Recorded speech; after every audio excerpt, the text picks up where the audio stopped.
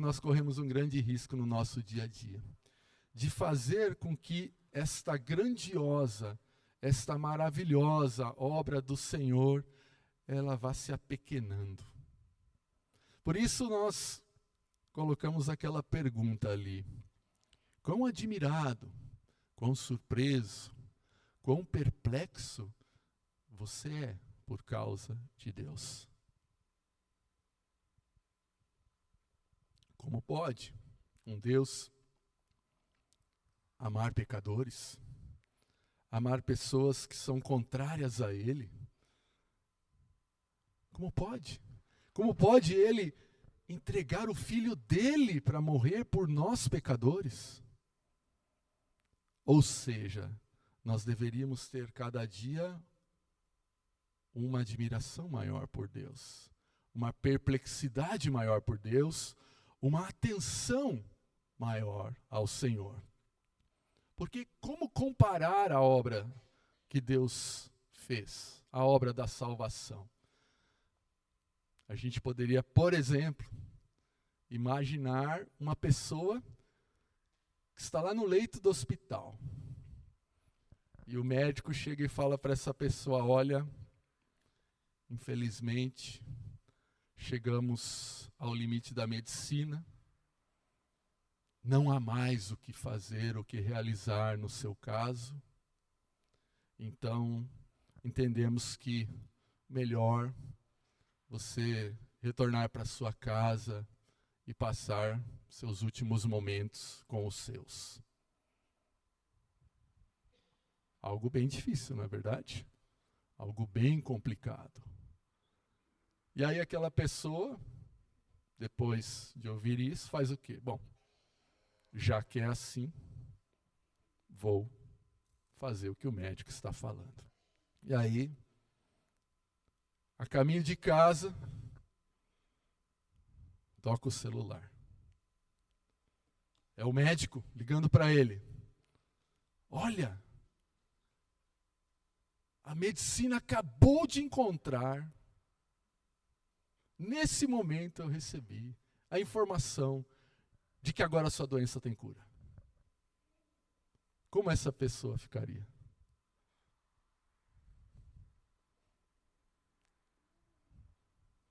Como essa pessoa ficaria? E aí a gente tem que pensar.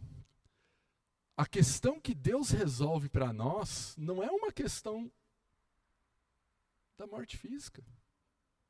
Não é isso. Mas sim da vida eterna.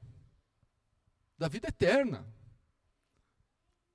É isso que nós precisamos compreender muito profundamente. É isso que Pedro está fazendo com que aqueles irmãos compreendam. A questão que Deus resolve para nós, enviando o Filho dele para morrer no nosso lugar, é um problema que nós não poderíamos resolver. É uma dívida que nós não poderíamos pagar. Esse é o problema que Deus resolve para nós. Aí, puxa, a gente pode pensar, imagina aquele enfermo que recebe aquela notícia. Agora, vamos nos colocar numa posição pior do que aquele enfermo. De pessoas que estavam mortas, perdidas, condenadas para passar a eternidade distante de Deus. Aí Deus vem e resolve esse problema, por meio do Filho dele. Como deve ser, então, a vida de alguém que entendeu isso? É sobre isso que a gente precisa pensar diariamente. Por isso, aquela pergunta: quão admirado, quão perplexo eu e os amados estão com Deus, com quem Ele é, com o que Ele faz. Percebe? A gente deveria ter, à medida que a gente vai buscando a Deus, se aproximando de Deus, a gente deveria ter uma admiração, uma adoração crescente. Porque, uau, o que Deus fez por mim, Deus não resolveu um probleminha. Deus resolveu algo que eu não tinha como resolver. E aí, diante desta verdade, né, Pedro ele vai colocar portanto, e esse portanto está lá no versículo 13, que é a continuidade do nosso estudo. Portanto, percebe? Uma vez que vocês entenderam que Deus resolveu o problema da eternidade, da perdição eterna, que agora vocês têm uma salvação que está sendo guardada pelo próprio Deus. Portanto, cingindo vosso entendimento, ou cingindo os vossos lombos do vosso entendimento, sede sóbrios e esperai inteiramente na graça que se vos ofereceu na revelação de Jesus Cristo. Ou seja, uma vez que nós compreendemos isso, cingindo os lombos do nosso entendimento, sejamos sóbrios e esperai inteiramente na graça que se vos ofereceu na revelação de Jesus Cristo. Uau! Então me parece aqui que Pedro ele está falando do quê? De uma resposta. Deus fez algo tremendo, Deus fez algo maravilhoso, Deus fez algo que deveria fazer com que todo cristão andasse de boca aberta assim. Como Deus pôde fazer algo assim por mim, pecador? A gente deveria diariamente estar cada vez mais perplexo. E aí o texto vai dizer que nós temos então que cingir o nosso entendimento. E é muito interessante. Aqui Pedro usa uma ilustração que é utilizada em toda a Bíblia. A gente vai ver essa ilustração em Lucas, a gente vai ver essa mesma ilustração em Jó, por exemplo. Quando Deus vai fazer algumas perguntinhas para Jó, para ver se Jó está entendendo quem ele é e quem Deus é. Deus vai lá e fala para Jó, Jó, se prepara, porque eu vou fazer algumas perguntas para você, lá no capítulo 38, no capítulo 40 de Jó. Mas cingir diz respeito a se reposicionar fisicamente, reposicionar a roupa. Ou seja, cingir tem a ver com se preparar. Ou seja, aquele cidadão ali à esquerda, ele não está cingido, o do meio ele está se cingindo e o da direita ele está preparado. Está cingido. E aqui na ilustração que Pedro coloca, ele vai dizer o quê? Cingir o vosso entendimento. Cingir o vosso entendimento. Ou seja, preparem o coração de vocês, preparem a alma de vocês para a vida, para os desafios que a vida impõe. Para que, mesmo diante dos desafios da vida, essa jornada de louvor, de admiração, de perplexidade diante das obras de Deus, continue o quê? Crescendo, crescendo, crescendo, crescendo, crescendo. E aí como que nós então fazemos aí para fazer isso que Pedro está falando? Para que a gente possa responder a Deus, né? Me parece que a gente tem que, então, para cingir o nosso entendimento, a gente tem que avaliar muito bem como estamos alimentando a nossa alma. Quando a gente vai numa frutaria, num hortifruti, a gente procura, na verdade, escolher aquelas frutas que estão mais bonitas, mais atraentes aos olhos, né? E na esperança, né, de que também estejam saborosas, né? A gente escolhe muito bem. E aí, para cingirmos o nosso entendimento, nós precisamos também escolher muito bem como estamos alimentando o nosso ser. Sabemos que neste mundo, diariamente, existem inúmeras vozes. Vozes não faltam nesse mundo. Temos vozes que saem do nosso próprio coração. Temos vozes das mais diferentes espalhadas por aí no mundo. E aí nós precisamos o quê? Selecionar muito bem o que irá entrar no nosso coração. Precisamos selecionar muito bem, é isso que Pedro está falando. E aí olha que interessante, né? Se andarmos descuidados, distraídos, alguém fará essa seleção por nós. Tenha certeza. Tenha certeza de que existem muitas e muitas e muitas pessoas por aí querendo conquistar o seu coração, para talvez chegar no seu bolso, para talvez galgar alguma posição, algum poder nesse mundo aí fora. Ou seja, se nós não estivermos atentos, outras pessoas farão essa seleção por nós. E aí a gente vai começar a absorver o que o mundo tem, o que o mundo disponibiliza para ser absorvido. E aí nós estaremos cingindo a nossa alma, nosso entendimento, estaremos preparados para uma vida de louvor e de adoração ao Senhor todos os dias? Talvez não. Talvez não estaremos preparados se não tomarmos muito cuidado e não selecionarmos muito bem o alimento da alma, o alimento da alma. A palavra de Deus vai nos dizer, né? Em Filipenses 4, 8.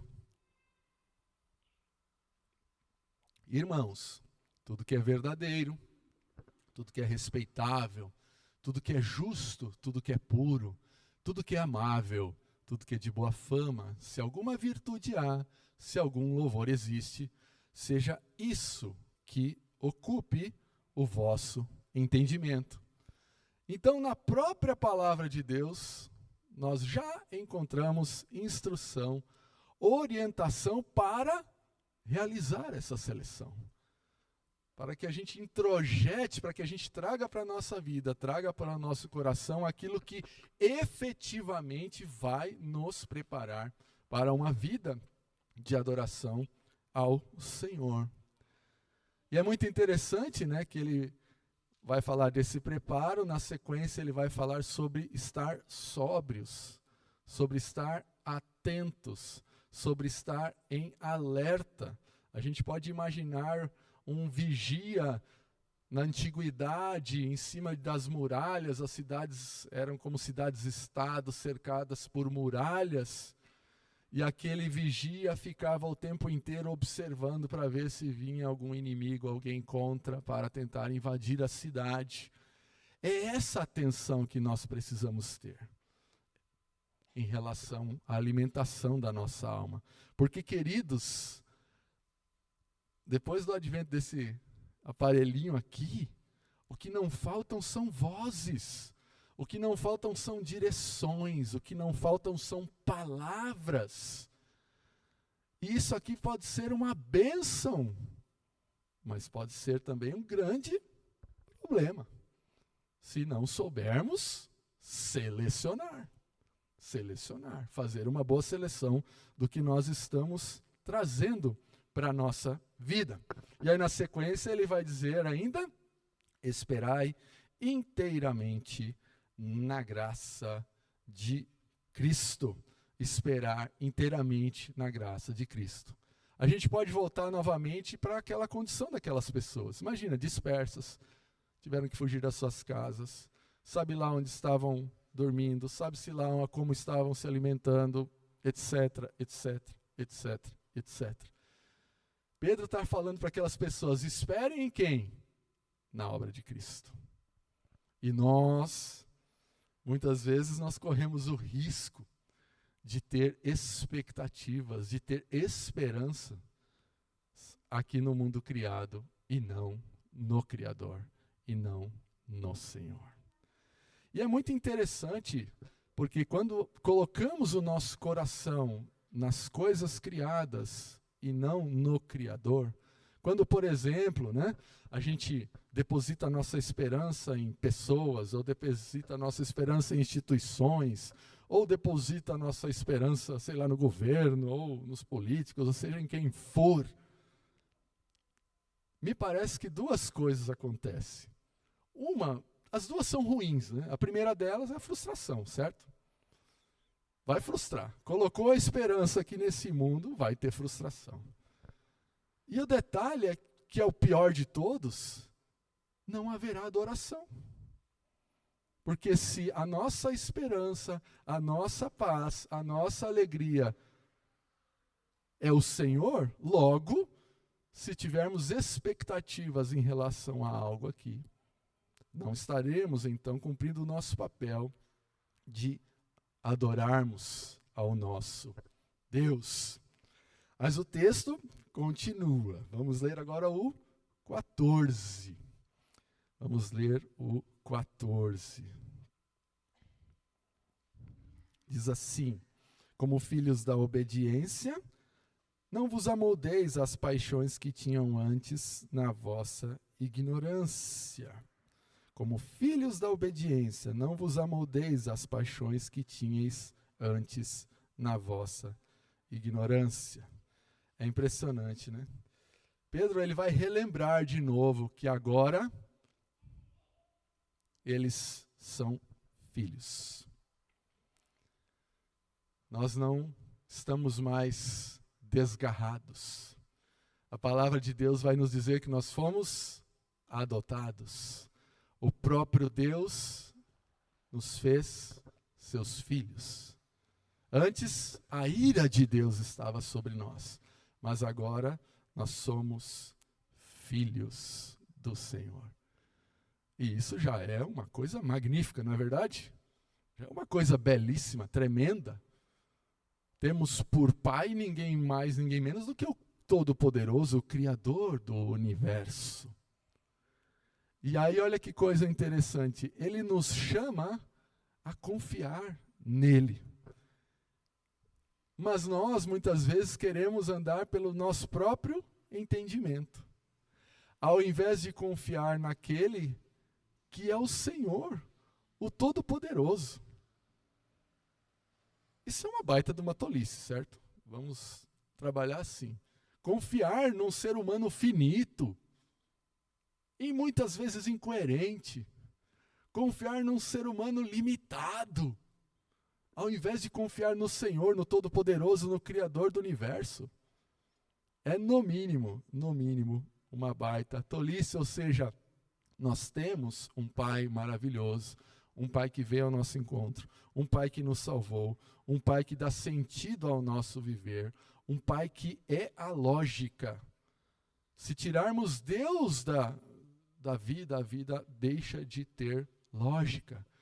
E um pai que tem pensamentos muito mais elevados do que os nossos. Como Isaías vai dizer: pois os meus pensamentos não são os pensamentos de vocês, nem os seus caminhos são os meus caminhos, declara o Senhor. Assim como os céus são mais altos do que a terra, também os meus caminhos são mais altos do que os seus caminhos, e os meus pensamentos mais altos do que os vossos pensamentos. Esse é o nosso Senhor, esse é o nosso Pai maravilhoso, em quem nós podemos confiar todos os dias. Mas lá o versículo 14 ainda vai dizer, né? Pedro vai relembrar aqueles irmãos: não vos amoldeis às paixões que tinhais anteriormente na vossa ignorância. Uau, mais uma resposta, né? Que precisamos dar ao Senhor. E é muito interessante,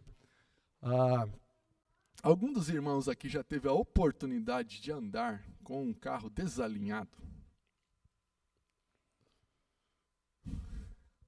Carro desalinhado. Ou com um carro com a caixa de direção com folga.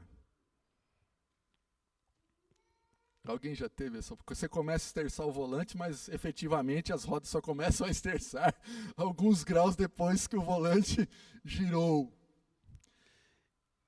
Olha que interessante essa ilustração, né? Um carro desalinhado, ele sempre vai ter o quê? Uma tendência direcional, certo? Seja para um lado, seja para o outro. Se soltarmos o volante, o que acontece? Ele vai para o lado que ele quer ir, né? Basicamente é isso.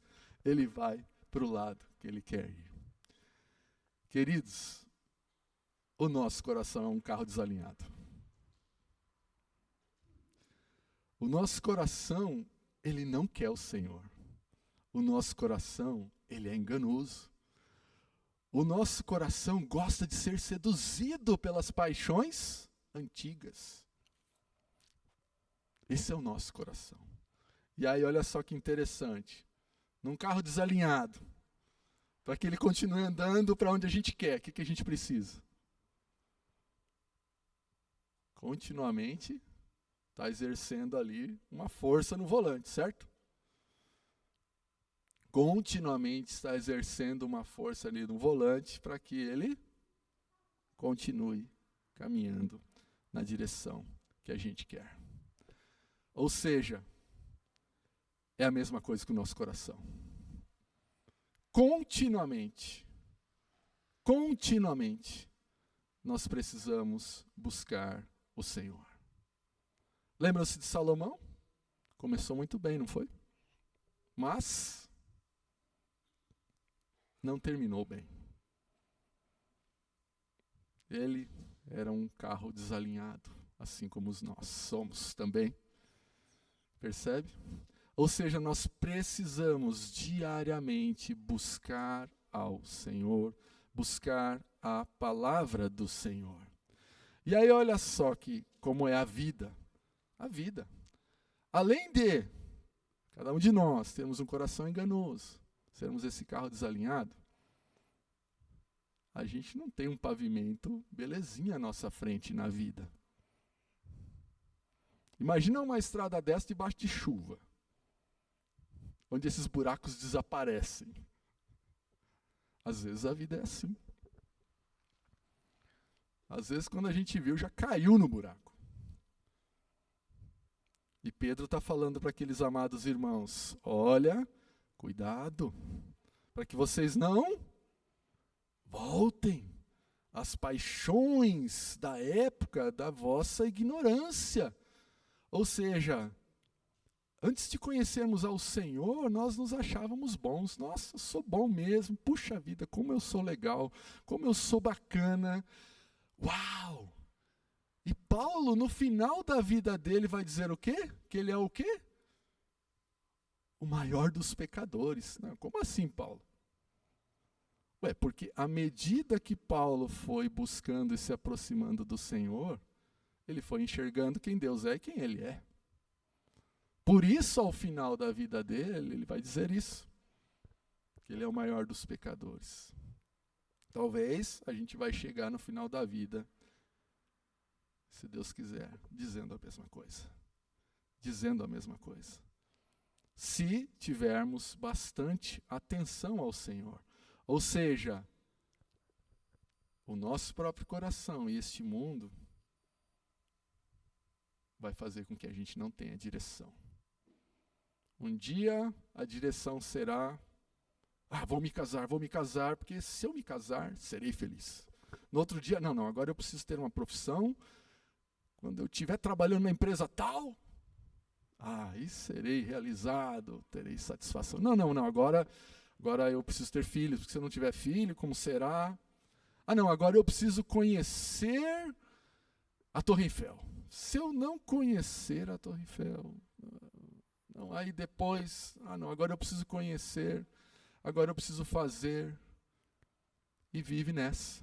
E quando viu, a vida passou, como passa para todos, e não houve sentido, não houve lógica, não houve missão realizada numa vida assim.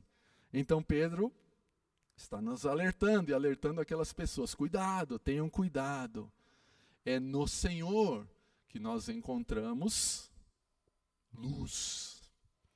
Lâmpada para os meus pés é a tua palavra e luz para o meu caminho. É nele, é no Senhor. É no Senhor onde nós encontramos direção segura. É no Senhor onde nós encontramos verdadeira paz, verdadeiro sentido para o nosso viver. Louvado seja Deus por isso. Como Ele é maravilhoso, como Ele é bom.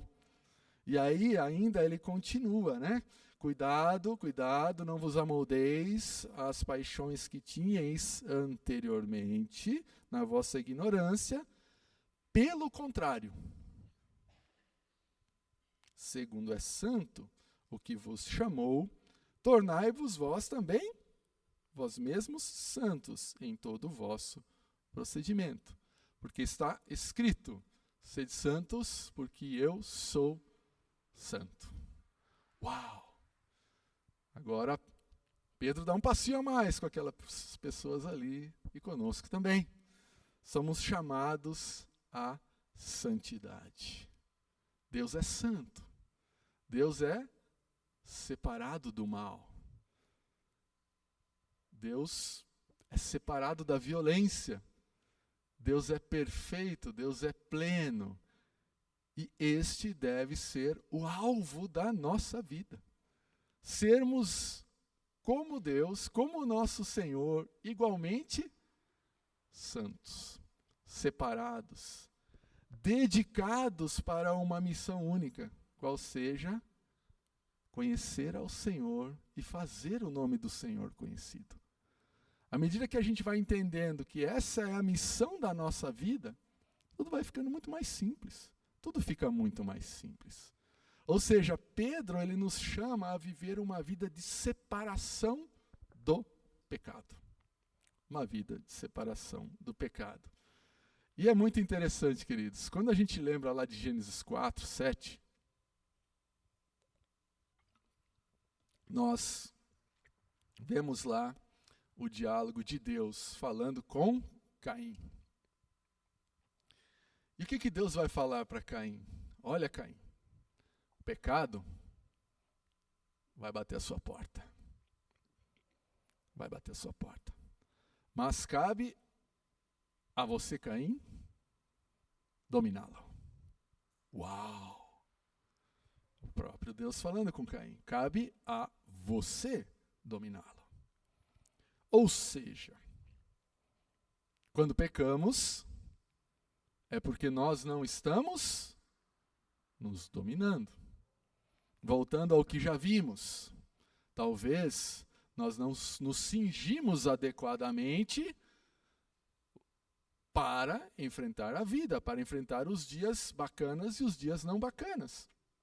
Talvez nós não nos preparamos, nós não estamos com a nossa mente preparada. Talvez a gente está desatento para identificar, puxa, isso não agrada ao meu Deus, isso não agrada ao meu Senhor, então vou por aqui. É impressionante, queridos, esse texto de Gênesis, porque, olha que coisa, nada nem ninguém pode nos fazer pecar. Nada nem ninguém pode nos fazer pecar. Quando a gente peca, é porque deixamos de dar a devida atenção a Deus.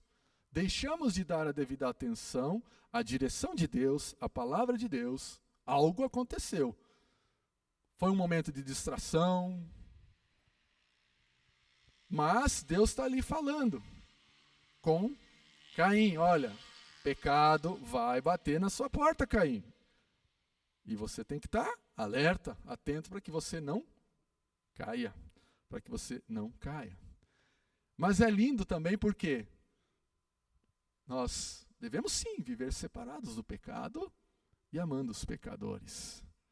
Quando lemos João 13:1, nós vamos ouvir falar a respeito da obra do nosso Salvador.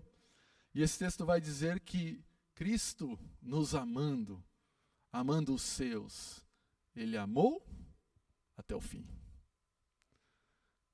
Cristo nos amou primeiro, Cristo se entregou por nós, Cristo nos amou e amou até o fim. O nosso chamado é o mesmo. É o mesmo. Precisamos estar alertas, precisamos estar atentos em relação a tudo aquilo que nós introjetamos, em tudo aquilo que nós absorvemos, porque isso formará a nossa forma de ver a vida, de ver o mundo. A gente não tem noção disso, mas é assim. Cada notícia que você lê, cada livro que você lê, cada programa de televisão que você enxerga, cada filme que você vê, cada conversa que você tem, cada vez que você lê a palavra de Deus, cada vez que você entra no Instagram, cada vez que você entra no YouTube, cada vez que você assiste um jogo de futebol, cada vez que você vai ao trabalho, cada vez que você estuda algo, tudo isso está formando a mim e a você. É assim. É muito interessante, né? A gente tem um sobrinho, Vitor, é uma benção ele. E ele está crescendo, mergulhado em 4 idiomas. Ele mora na Itália, então vai para a escola em italiano. Dentro da casa dele se fala inglês. A mãe fala com ele em russo e o pai fala com ele em português, a avó fala com ele em português. E ele, sem problema nenhum, dificuldade nenhuma, com a mãe fala em russo, quando vai conversar com alguém lá na rua fala italiano, dificuldade zero. Percebe como Deus fez o nosso cérebro? Como nosso Deus é grandioso, é perfeito. Mas nós precisamos o quê? Estar atentos. Porque ele, desde criança, desde zero, né? Desde 0 quilômetro, mergulhado naquele ambiente, foi o quê? Introjetando, absorvendo. E agora aquilo faz parte da vida dele e vai fazer para sempre. A mesma coisa é conosco. Por isso, Pedro vai dizer o quê? Seleciona bem. Seleciona bem o que você está absorvendo, o que você está introjetando. Para que a gente busque a santidade, para que a gente seja santo como o nosso Deus é santo. Voltando lá no começo. Cristo nos amou, amou até o fim. Vamos nos lembrar novamente. O que Deus resolveu para nós não foi o problema da morte física, não foi o problema da sepultura, não foi o problema de uma enfermidade. Foi algo infinitamente maior do que isso. Infinitamente maior do que isso. Portanto, quão admirados, quão surpresos, quão perplexos nós devemos ser com o nosso Deus. No dia de amanhã, queridos, se Deus quiser que a gente acorde amanhã, porque não sabemos, né? Não é verdade? Mas se Deus nos der o dia de amanhã, a terça, quarta, quinta, sexta, sábado e o domingo, se Deus lhe der o dia de amanhã, quando você olhar para o espelho, for escovar os dentes, pentear o cabelo, lembre-se de Deus. Foi Deus que está dando para cada um de nós, para você, mais um dia. Se surpreenda pelo fato de Deus deixar que um ser humano que ainda peca tenha mais um dia de existência. Se surpreenda com isso. Se surpreenda pelo fato de Deus dar mais um dia de vida para você, para mim. Se surpreenda, fique perplexo, fique boquiaberto. Deus, o Senhor fez isso mesmo? O Senhor faz isso mesmo? A sua misericórdia se renovou de novo na minha vida? Não é possível, o Senhor é muito bom mesmo. O Senhor é maravilhoso, o Senhor é tremendo. De novo o Senhor me deu mais um dia. E aí a gente vai lembrar desses portantos. Portanto, uau, vamos preparar muito bem a nossa mente. Vamos preparar muito bem o nosso dia, vamos planejar, vamos viver a vida que Deus nos dá todos os dias. Essa vida de amar a Ele, de render adoração a Ele, de amarmos o nosso próximo, de amarmos pessoas ruins e pecadoras como nós somos. Vamos, amados, nos entregar, nos dedicarmos a Ele. E para isso, lembrando novamente, mais uma vez agora nas palavras de Paulo. Habite ricamente em vós a palavra de Cristo. Instruí-vos e aconselhai-vos mutuamente em toda sabedoria, louvando a Deus com salmos, hinos e cânticos espirituais, com gratidão em vosso coração. Queridos, não é automático. Seria muito legal, né? Tem um amigo meu que brinca, né? Que ele falava assim, olha, é muito fácil aprender a falar alemão, é só você tomar esse comprimidinho aqui que você vai lá, vai falar alemão. Depois que você toma o comprimidinho, você estuda mais 8 horas por dia, e em 5 anos você está falando alemão, que é uma beleza. Ele brincava assim com as pessoas. Não é automático, queridos, não é automático, não é automático, ou seja, a palavra de Deus precisa habitar ricamente, ou seja, precisa povoar. A gente não deixa qualquer pessoa entrar na nossa casa, certo? Ou seja, precisa dominar, a palavra de Deus precisa dominar, habitar, dominar o nosso ser. A gente deve ser bênção na vida do outro, instruir, aconselhar mutuamente, e todos nós juntos, louvando e adorando ao nosso Deus. Amém, queridos? Como é bom, como é maravilhoso, como é bom, como é maravilhoso nós sermos servos do Senhor. É um enorme privilégio, é um imerecido privilégio. Nenhum de nós merece estar aqui. Eu não mereço estar aqui, queridos. Não mereço mesmo. É só bênção, é só responsabilidade e privilégio que Deus nos dá. Nós devemos, então, cada dia, nos lembrarmos do nosso Senhor, dos seus feitos, e então, de uma forma sóbria, de uma forma vigilante, vivermos cada dia para a honra e glória dEle.